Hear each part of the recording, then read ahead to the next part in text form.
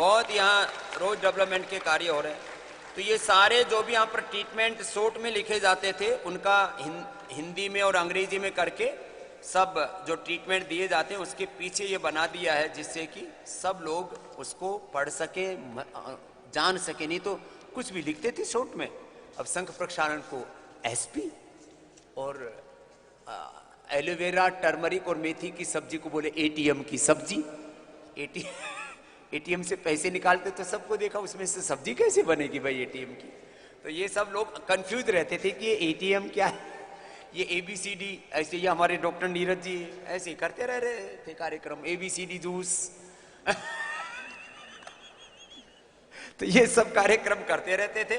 तो पूज्य स्वामी आर्यदेव जी ने बहुत पुरुषार्थ किया, उनके लिए बहुत बहुत अभिनंदन। और दिन भर वो आपकी सेवा में रहते हैं। हमारे ये जो है हमारे बालक सब अलग अलग सेवाओं में लगे ही रहते हैं। पूज्य स्वामी आनंद देव जी, पूज्य स्वामी हमारे सारे सन्यासी साध्वियागण और हमारे आचार्य चंदन जी साहब। तो देखो छोटी छोटी बातें बता रहा था। आज मैंने कुछ बात बताई, कल और बताऊंगा। पेन डायरी लेके आइयो, जो कल से पेन डायरी नहीं लाएगा उसको यहाँ प्रवेश नहीं दिया जाएगा हॉल में। आपको छोटी छोटी बातें बताते हैं। पेन डायरी सबके लिए कंपलसरी है।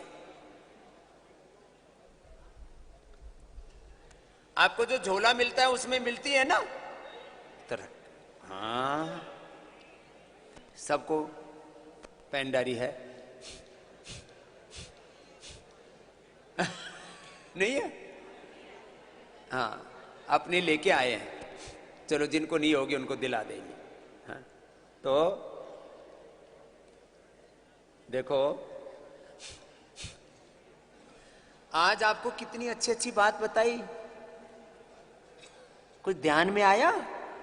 पूजा 3 तरह से की जाती है। किसके लिए बोला था?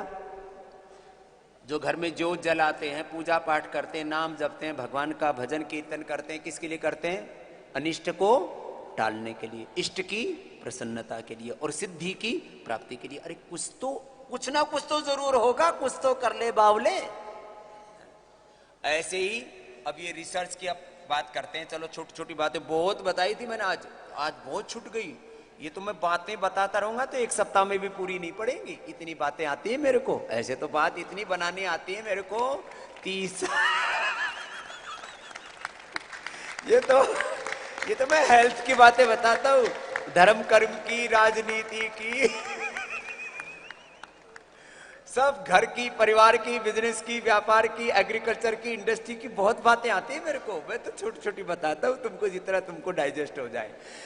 हाँ, रिसर्च की भी बातें आती है मेरे को। मुझे ऐसे निरा बाबा मत समझना, मैं साइंटिफिक अप्रोच रखने वाला सन्यासी हूं। हाँ, ऐसे अड़गम सड़गम वाला नहीं। चिलम चबेली फूक दे बाणिया की हवेली कमाई की दुनिया खाएंगे हम, मूड मुड़ाए 3 गुण सिर की मिट जाए, खास खाने को लोगों लाडो मिले लोग कहे महाराज। ऐसा वाला बाबा जी नहीं हूं मैं। राम नाम जपना पराया माल अपना, बाकी दुनिया झूठा सपना। ऐसा कार्यक्रम नहीं करते हम। तो देखो सन्यासी हैं लेकिन साइंटिफिक अप्रोच रखते हैं। अर्थराइटिस के बारे में अपना अभ्यास करते रहना, सूक्ष्म व्यायाम करना, कपालभाति, अनुलोम विलोम करना, उज्जाई करना, शीतकारी कर लेना। अर्थराइटिस के बारे में पूरा रिसर्च बताएंगे और उससे अर्थराइटिस के पूरक तत्व मैं बता देता हूं। जिनको अर्थराइटिस है वो पीडानिल, गोल्ड, ऑर्थोग्रिट और ये सब तो ये बताएंगे। उसके ऊपर जो शोध किया अलग अलग औषधियों पर, उसमें एटीएम की सब्जी खिलाते हैं, उसमें गिलोय, एलोवेरा, हार श्रृंगार पारिजात जिसको कहते हैं, निर्गुंडी और सहजना का जिनका मिल जाए तो ये 5 चीजों का जूस पिलाते हैं। इतनी सी अर्थराइटिस ठीक कर देते हैं हम। इसमें कपालभाति, अनुलोम विलोम कराते हो। बस्ती बहुत जरूरी है, लीस्ट थेरापी इसके लिए बहुत जरूरी है। और अभ्यंग और स्नेहन, स्वेदन ये बहुत जरूरी है। और चिंता मुक्त रहो, हंसना बहुत जरूरी है। चिंता करने से वात और अर्थराइटिस बढ़ता है। कोखरू और गिलोय डिटॉक्स करने के लिए बहुत जरूरी है। बाकी बताएंगे हमारे अनुराग जी। तो एक बार फिर से इनका बहुत बहुत अभिनंदन है। ये तो मैंने बता दी, इतनी बातें तो रोज ही बताता हूँ। ये जो काम करते हैं ना, तो इसको, इस कार्य की जो तौर तरीके होते हैं, रिसर्च का कैसे प्रोटोकॉल होता है और कैसे उसको फॉलो करके और क्या किन किन निष्कर्षों पर पहुंचते हैं, ये बताएंगे अब अनुराग जी। और मैं अपना योग मुद्रासन और मंडू का आसन आदि कर लूंगा, आप भी कर लेना अपने अपने और सुनते रहना जी। ओम जी स्वामी जी प्रणाम। आप सबको मेरा प्रणाम। कल हमने डिस्कस किया था अर्थराइटिस के बारे में, और अर्थराइटिस का एक और जो दूसरा इम्पोर्टेंट हिस्सा है वो है न्यूरोपैथिक पेन। ऐसा पेन जो नर्व्स में हो जाता है, और वो एक स्पेसिफिक मॉडल है। और ये समझिए जो हमारी नर्व्स हैं, जो हमारी नर्वस सेल्स हैं, ये एक तरीके से बिजली के तार की तरह होते हैं, जिनके बाहर बिजली के तार के बाहर एक रबर की कोटिंग होती है। ऐसे नर्व्स के ऊपर एक शीट की कोटिंग होती है जिसको माइलिन शीट कहते हैं। अगर वो माइलिन शीट खत्म हो जाए या टूटने लगे तो आपस में दो नर्व्स के या दो न्यूरॉन्स के सिग्नल आपस में इंटरेक्ट करने लगते हैं, उसकी वजह से स्पार्किंग होने लगता है, स्पार्किंग होने लगता है, टकराने लगते हैं किरणें एक दूसरे से, और उसकी वजह से दर्द पैदा हो जाता है। उस दर्द को न्यूरोपैथिक पेन कहते हैं। जैसा अगर आप स्क्रीन पर देख पा रहे हैं, आपके लेफ्ट हैंड साइड में एक जो बिच्छू जैसा आपको दिखाई दे रहा है, वो एक्चुअली न्यूरॉन है, और उस न्यूरॉन की जो पूंछ है वो उसका एक्सॉन है, जिस जगह एक कोटिंग की हुई है भगवान ने माइलिन शीट की, ताकि आपस में स्पार्क ना हो। और उन स्पार्क से बचने के लिए जो शीट है, अगर वो मेंटेन बनी रहे तो दर्द नहीं होते, और छोटा भी अगर वहाँ पे ब्रेक आता है तो दर्द शुरू हो जाते हैं। और इसी शीट के टूटने की वजह से मल्टीपल स्क्लेरोसिस नाम की बीमारी भी हो जाती है। तो स्वामी जी, दर्द ये दोनों टाइप के हो जाते हैं, न्यूरोपैथिक पेन भी हो जाता है, और एक मल्टीपल स्क्लेरोसिस भी इसी की वजह से हो जाती है। तो पेन का एक कारण तो ये बताया माइलिन शीट का कमजोर पड़ना, दूसरा पेन का कारण होता है पेन मार्कर्स का बढ़ जाना, ESR का बढ़ जाना, यूरिक एसिड का बढ़ जाना, RA फैक्टर का, CRP का, ANA का, AVN का, HLB27 का। फिर तीसरा कारण होता है अंदर इन्फ्लेमेशन बढ़ जाना, वो भी बता। सो जो इन्फ्लेमेशन है, जो नसें हैं, उसके अंदर अगर सूजन आ जाती है, बीच बीच में ऐसे आहुति देता रहता हूँ, जानता तो मेरे से ज्यादा है नहीं महाराज। तो जो न्यूरोपैथिक पेन्स हैं उनमें एक तो ये शीट का टूट जाना, इन्फ्लेमेशन की वजह से भी ऐसे दर्द बढ़ जाते हैं। और ये मेन काम हमारा शुरू होता है दिमाग से, जिसको हम CNS बोलते हैं, हाँ, ये सारी चीजें दिमाग का सब जगह संबंध है। दर्द यहीं होता है, यहाँ नहीं होता। एनेस्थेसिया दे दो, दर्द का पता नहीं लगेगा। तो CNS सेंट्रल नर्वस सिस्टम, और उसके बाद पेरिफेरल नर्वस सिस्टम, जो और हमारी नसें हैं जो शरीर के और हिस्से में होती हैं, तो दोनों जगह न्यूरोपैथिक पेन हो सकते हैं। और ये पेन का जो मेन लक्षण है कि बहुत ज़्यादा डीप दर्द होता है, कभी कभी ठंडा गर्म भी अलग तरीके से लगने लगता है। और इंडिया में लगभग ये माने कि 30 साल से बड़े उम्र के लोगों में लगभग 10 एडल्ट में एक को ऐसा एक्सपीरियंस जिंदगी में एक बार होता ही है।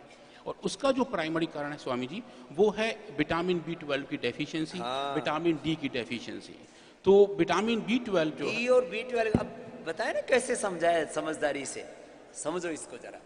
सो विटामिन B12 बेसिकली हमारे नर्व कंडक्शन के लिए बहुत अच्छा माना जाता है। Vitamin B12, vitamin B1, vitamin B6 और कॉपर, इनकी जो जिम्मेदारियां हैं शरीर में, वो नर्व्स को ताकत देने की हैं। अगर इनकी डेफिशिएंसी होती है तो नर्व्स में दर्द का संचार शुरू हो जाता है।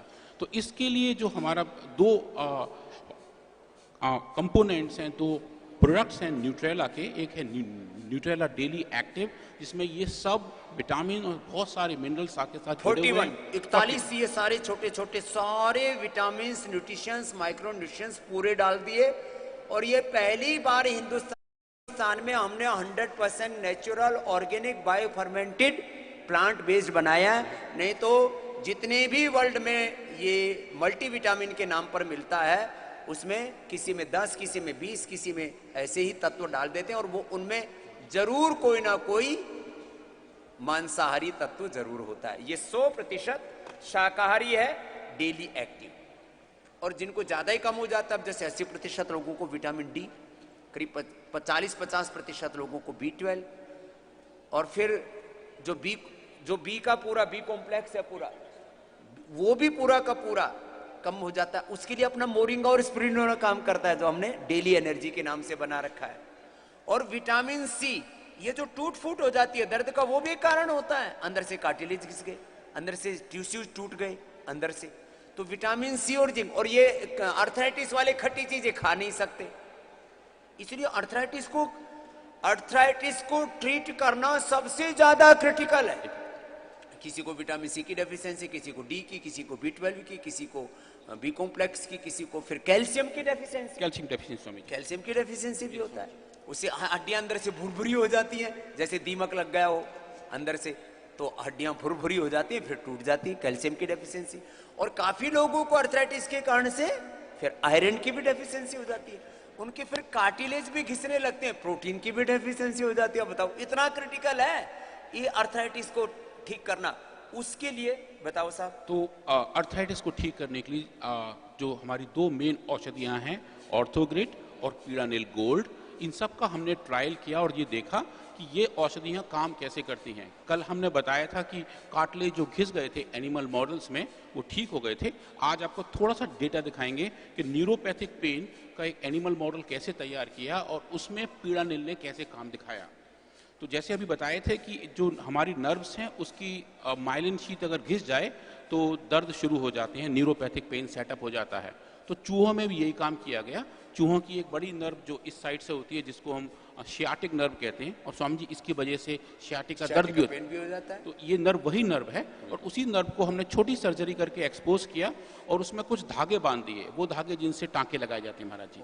तो उन धागों के बांधने से उन नर्व्स की जो शीट थी, जो माइलिन शीट थी, वो घिस गई और उसकी वजह से उन एनिमल्स में दर्द की शुरुआत हो गई। तो पूरे 7 दिन तक वो धागे हल्के हल्के बंधे रहे, सर्जरी के द्वारा बांधे गए धागे, और उसकी वजह से जो उनमें दर्द हुआ हमने दर्द नापना शुरू कर दिया। अब इसमें थोड़ा सा चैलेंज स्वामी जी ये आता है कि चूहे का दर्द नापे कैसे, वो तो बताएगा नहीं कि मुझे दर्द हो रहा है। तो उसके नापने के भी तरीके हैं और क्लिनिकल सेटिंग में ह्यूमन्स में जो दर्द को नापने के जो 2 तरीके हैं उनको बोलते हैं हाइपर एलर्जीशिया। स्वामी जी ऐसा दर्द जो नॉर्मली होता हो और अगर बढ़ जाए तो तेज हो जाता है, तो हाइपर एलर्जीशिया हो गया। और एक ऐसा दर्द जो कभी महसूस ही नहीं होता और अचानक से आने लगे, उसको एलोडाइना बोलते हैं।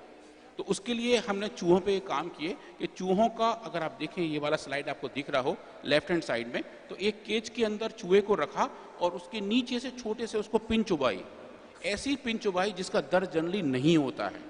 पर अगर उस चूहे के अंदर दर्द की अनुभूति बढ़ गई होगी न्यूरोपैथिक पेन की वजह से, तो वो रेस्पॉन्ड करना शुरू कर देगा। और उस रेस्पॉन्स को हमने नापा कि कितने सेकंड तक दबाने के बाद चूहे का पहला रेस्पॉन्स आया। जो नॉर्मल चूहे थे उन्होंने 5-10 सेकंड तक कुछ नहीं किया, पर स्वामी जी जिनमें न्यूरोपैथिक पेन था वो छूते ही उछल गए, और वो जो उछले वो हमने काउंट किया कितना टाइम लगा। उनको जब हमने दबा दी अपनी पीड़ानिल गोल्ड, तो स्वामी जी बहुत ही फैंटास्टिक डेटा है। हमने 3 डोज ट्राई किए, तीनों डोज पे डोज डिपेंडेंट तरीके से वो चूहों का जो दर्द का रेस्पॉन्स था वो कम हुआ।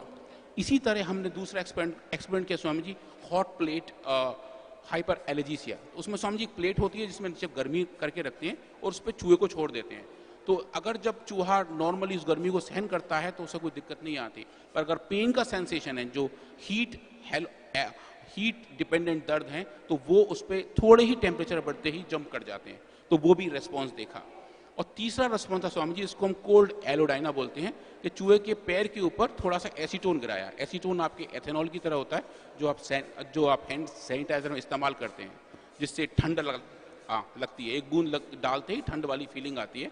तो अगर वो वहाँ पे पेन के सेंसेशन होंगे तो वहाँ भी एनिमल अपने पाँव को हटाएगा और वो हम आराम से नाप लेते हैं। तो स्वामी जी इसमें सबसे अच्छी बात क्या थी कि इन एक्सपेरिमेंट में हमने एलोपैथिक की एक मार्कर दवा का पैरेलल इस्तेमाल किया। एलोपैथिक के जो बहुत अच्छे पेन किलर माने जाते हैं, उनकी कंपैरेटिवली पीड़ानिल को कंपैरेटिव स्टडी की स्वामी जी गाबापेंटीन इसी काम की बहुत मानक दवा है और एलोपैथिक में बहुत ज़्यादा इस्तेमाल की जाती है। इसके अपने साइड इफेक्ट काफ़ी सारे हैं, लोगों को पैल्पिटेशन हो जाता है, चक्कर आने लगते हैं, बीपी बढ़ जाते हैं, लेकिन दर्द बड़ा होता है तो लोग गाबापेंटीन लेते हैं। होती है, पेट खराब बिल्कुल होती है स्वामी जी इससे। पर इस स्टडी में, तीनों स्टडी में जो हमने नापा तो देखा कि पीड़ानिल गोल्ड की तीनों डोजेज ने गाबापेंटीन के समकक्ष व्यवहार किया और ये कंपाउंड उसके मुकाबले नॉन इंफीरियर साबित हुआ, और ये बड़ी बात है स्वामी जी। माने एलोपैथी की दवाइयां जो खाते रहते हैं, पेन किलर, वो तो खाली पेन को ही काम करती है, ये तो बताओ। वो अंदर के इन्फ्लेमेशन को, अंदर के जो इसका मैकेनिज्म है पेन को रिकवर करने वाला, तो स्वामी जी ये जो उसको ठीक नहीं करती वो पेन किलर। वो जितनी नॉर्मल पेन किलर्स हैं, वो जो पेन का सिग्नल है, जहाँ पे दर्द का कारण है, उससे ब्रेन तक जाने के रास्ते को ब्लॉक करते हैं। बस वो खाली पेन के सेंसेशन को महसूस नहीं होने देती, पेन को दूर नहीं करती हैं। पेन को अनुभव कराने वाले जो आपका तंत्र है उसको सुन्न कर देती है, एक तरह से शून्य कर देती है, पर जो पेन का कारण है, जो मूल उसका कारण है, निवारण नहीं करती। जिसकी वजह से दर्द है, जैसे अर्थराइटिस हुआ या फिर इन्फ्लेमेशन हुआ, सूजन हुआ नर्व्स का, उनका इलाज वो उतना नहीं करते, वो सिर्फ एक सेंसेशन को ब्लॉक करती हैं। ऑन द अदर हैंड पीड़ानील गोल्ड ने ये भी दिखाया कि इन्फ्लेमेशन कम हुआ, नर्व की सूजन कम हुई, और जो हड्डियों का दर्द, कार्टिलेज घिसे हुए बच गए, और जो नर्व के जो नर्वस वेलोसिटी थी जिसकी वजह से पेन बढ़ रहा था उसको भी काबू किया। तो ये होलिस्टिक तौर पे स्वामी जी ये दिखाया कि ये दर्द के कारण को बंद करता है, दर्द के महसूस करने को भी बंद करता है, और ओवरऑल हेल्थ को भी अच्छा करता है। तो ये एक एक दवाई को इसके अलग अलग एस्पेक्ट, जब ये रिसर्च करते हैं, तो कल मैंने बोला था कि खाली दवा के ऊपर ही रिसर्च नहीं करते, उसके जो कॉम्प्लिकेशंस आते हैं, जो उसकी टॉक्सिकोलॉजी होती है उसको भी चेक करते हैं, उसकी डोज को भी चेक करते हैं, और फिर कितने समय तक देने से इसकी लॉन्गेविटी भी चेक होती है। वही महाराज जी, हमने पीड़ानील गोल्ड की टॉक्सिसिटी भी टेस्ट की है, जैसे कल बता रहे थे आप। हमने इसको आदमियों के डोज के 10 गुना डोज तक चूहों में देके देखा, 10 गुना तक देके देखा है, और वो भी महाराज जी 28 दिन तक दिया है, 28 दिन तक दिया, और कोई भी टॉक्सिकोलॉजिकल फाइंडिंग नहीं पाई गई, तो कंपाउंड बिल्कुल सेफ 28 है। गुना तक कितनी, तो इसलिए आपको साइंटिफिक दवाई देते हैं, सेफ दवाई देते हैं, और बीमारी के जड़ तक जाते हैं, उसके कारण का निवारण करते हैं। और स्वामी जी आपने जैसे कहा था, अभी हम एक नया एक्सपेरिमेंट कर रहे हैं जिसमें पीड़ानील गोल्ड के साथ विटामिन B12 को भी साथ साथ चला रहे हैं, और देख रहे हैं क्या इसका इफेक्ट और अच्छा होगा, अगर होगा तो किस डोज पे होगा। अब एक एक चीज, जैसे मैंने कहा ना, अब डी की भी कमी है तो धूप में बैठाते हैं, सन थेरेपी आपको लेने के लिए बोलते हैं, फिर B12 भी देते हैं, हड्डियां कमजोर होते, बोन हेल्थ भी देते हैं, लाक्षादी गूगल भी देते हैं, आयरन की कमी है तो घरेलू उपचार तो बताते हैं, अनार, गाजर, चुकंदर, व्हीट ग्रास, एलोवेरा, मुनक्का, अंजूर, खजूर, ये भी देते हैं, फिर ये आयरन कॉम्प्लेक्स भी देते हैं। जो चीज की जरूरत है वो देना पड़ेगा। अभी तो ऑर्थो केयर अभी एक प्रोडक्ट बना रहे हैं कि जिससे कि अर्थराइटिस वालों को, डाइट रिस्ट्रिक्शन बहुत होता है डायबिटीज वालों को और अर्थराइटिस वालों को, इसलिए डायबिटिक केयर तो बना दिया, अभी ऑर्थो केयर भी बना रहे हैं, लेकिन तब तक ये चीजें ले लो, मल्टीविटामिन, बी कॉम्प्लेक्स के लिए डेली एनर्जी, डेली एक्टिव, और ये जो है ऑर्थोग्रिट और पीड़ानील। तो देखो माने जो है एक चीज को ठीक करने के लिए, अब जैसे जिनको भी जोड़ों में दर्द है, सब खट्टी चीजें आपकी बंद कर देते हैं पहले ही दिन से, क्योंकि जैसे ही खट्टी चीज खाएंगे तो क्या बढ़ेगा डॉक्टर साहब? इन्फ्लेमेशन बढ़ेगा। हाँ? सिट्रिक एसिड होता है उसमें, होता है, बहुत अच्छे से होता है स्वामी जी। और वो सिट्रिक एसिड क्या होता है? दर्द को बढ़ा देता है, आपकी ESR को बढ़ा देता है, RA फैक्टर को बढ़ा देता है, CRP को बढ़ा देता है, यूरिक एसिड को बढ़ा देता है, यूरिक एसिड को बढ़ाएगा। तो हमने बिना सिट्रिक एसिड के, बिना किसी सिंथेटिक चीज के 100% नेचुरल विटामिन C और जिंक भी बनाया। तो जिनको लंबे समय, अब अर्थराइटिस में जो लोग टेढ़े मेढ़े होते हैं, दर्द टेढ़ा मेढ़ा नहीं करता। आदमी जो टेढ़ा मेढ़ा हो रहा है वो उसके अंदर के टिश्यू कमजोर पड़ गए, विटामिन C लिया नहीं, विटामिन C ले तो दर्द बढ़े, ना ले तो टिश्यू कमजोर हो जाए, वो टिश्यूज को रिपेयर करने का काम करता है विटामिन C है, एंटी एजिंग है ये विटामिन C और जिंक। अब एलोपैथी के खाते रहते, पूरी दुनिया में तो लोग मुट्ठा भर भर करके विटामिन खाते हैं, भारत में अभी लोग ऐसे दाल रोटी खा के गुजारा कर रहे हैं, लेकिन खाली दाल रोटी से बात नहीं बनेगी, कुछ और भी चाहिए। अब सब लोग तो रोज ड्राई फ्रूट्स, वेजिटेबल्स, अलग अलग प्रकार के स्प्राउट्स, ये सब नहीं खा सकते, तो कम से कम एक गोली खा लो। अच्छा, अब इसलिए मैं कह रहा था अर्थराइटिस को डील करना, अर्थराइटिस के साथ डील करना, अर्थराइटिस को ठीक करना, ये सबसे बड़ा चैलेंज होता है। अर्थराइटिस वाले दर्द तो ठीक हो जाते हैं, फिर लचार पचार, घुटने घिस गए, ये घिस गया, उस गया, टेढ़े मेढ़े हो जाते हैं। एंक्लोजिंग स्पोलाइटिस वाले ऐसे कुबड़े हो जाते हैं। ये सब क्या होता है? डिफॉर्मेशन होता है। तो जो अंदर से क्षय होता है, अंदर से शरीर क्षीण होता है, ओजक क्षय होता है, उसको भी रिकवर करने के लिए तो एक तरह से आर्थराइटिस का ये तो उपचार हुआ औषध का, और औषध के उपचार के अलावा अंदर से वात को कैसे ठीक करें? वात को ठीक करने के लिए भस्त्रिका, कपालभाति, अनुलोम विलोम। वात को ठीक करने के लिए बस्ती कराते हैं, फिर उसमें औषधि भी देते हैं और मूलाधार को शुद्ध करते हैं। मूलाधार और सहस्रार शुद्ध होना जरूरी है। सहस्रार शुद्ध होगा तो जो बता रहे थे ना, central nervous system, peripheral nervous system, hypothalamus system, sympathetic, parasympathetic system, ये सारे ब्रेन और ब्रेन के न्यूरॉन्स वो सब ठीक होंगे, माइलिन सीट ठीक होगी, उसके जो है एक एक चीज को। तो सहस्रार की शुद्धि के लिए फिर सिरोधारा कराते हैं। अब कर रहे हैं सिरोधारा और ठीक हो रहे हैं, फिर बस्ती करवाते हैं, फिर अंदर के टॉक्सिन्स को निकालने के लिए लीज थेरापी कराते हैं, मड थेरापी कराते हैं, हॉट एंड कोल्ड प्रेस कराते हैं, ये सब फिर अंदर से शुद्धिकरण के लिए संख प्रक्षालन करा देते हैं। इसलिए यहां जोड़ों के दर्द के जो रोगी आते हैं उनको पहले ही दिन से रिलीफ होने लगता है। शुद्धिकरण हुआ, बॉडी डिटॉक्स होगी। जो एसिडिक बॉडी होती है उसमें भी दर्द होते हैं, एल्कलाइन बॉडी में दर्द नहीं होते। अब बॉडी को एल्कलाइन करने के लिए क्या करते हैं? यज्ञ की भस्म में 1 चम्मच डाल दो पानी के अंदर, घड़े के अंदर, और नीचे बैठ जाएगा, वो पूरा पानी एल्कलाइन हो जाता है। ये महाराज हम लोग ये भी किया रिसर्च। हाँ, इस पे किया रिसर्च, और हमने ये देखा कि किस अमाउंट ऑफ भस्म डालने से कितना पीएच चेंज होता है पानी का, उसकी एल्कलिनिटी भी हमने नापी है। 10 ग्राम यज्ञ की भस्म डाल दी तो 1 लीटर पानी पूरा एल्कलाइन हो जाता है। बहुत जबरदस्त चीज है। इसलिए पहले बाबा जी धोने की राख दे दिया करते थे। वो बॉडी जो है ना, एक रिसर्च है, तो पूरा वर्ल्ड में नोबेल पुरस्कार मिला है कि एसिडिक बॉडी में सब रोग होते हैं और एल्कलाइन बॉडी से सारे रोग भाग जाते हैं। ये तो वर्ल्ड में इसके ऊपर तो नोबेल पुरस्कार तक मिल चुका है हमारा जी। बिल्कुल, अब ये बात छोटी सी है। तो ऐसे रोज 1-2 रिसर्च के एस्पेक्ट आपको बताते हैं कि यहां जो आपको कराते हैं, ऐसे नहीं कि कुछ मन में आया वही नीचे से ठोक दिया, हो गई बस्ती, हो गया निमा। ऊपर से कुछ ठोक दिया, कुछ से अभ्यंग कर दिया, कुछ सिरोधारा कर दिया, किसी से मसाज कर दिया, कुछ भी ऐसे रगड़ा पट्टी ऐसे ही नहीं चलती है। जो भी आपको यहां पर करवाया जाता है और उसको आम लोक भाषा में आपको समझाते हैं।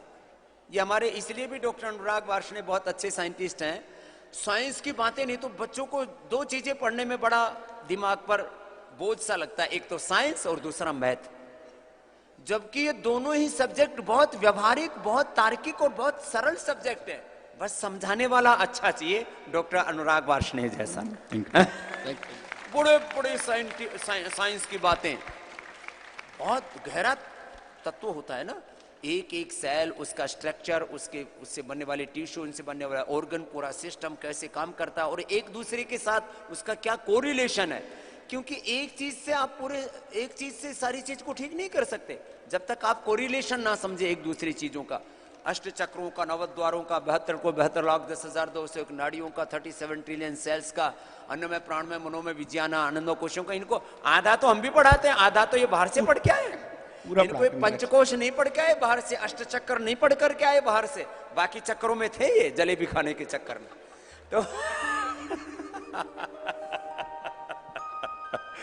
तो यहां पतंजलि योग पीठ में पहली बार साइंस और स्पिरिचुअलिटी को एक साथ हमने मिलाया है। Science and spirituality